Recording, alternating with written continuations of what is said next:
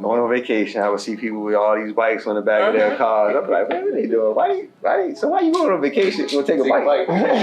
Now I'm that guy.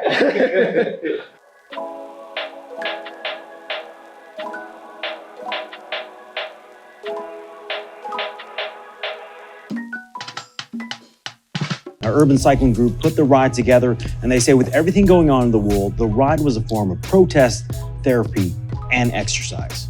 Urban Cycling Group came out of a text message. It's like you said, it happened so organically. It was like us trying to keep up with it, trying to keep up with the momentum. And what UCG does better than most people, you make it look fun. Mm-hmm. And so that's why I think we grew to what we did. Right. We were working out, but we having a good time too. Right. So you know what I'm saying? We cycle, but they ain't turning down the brunch either. You know what I'm saying? So it's like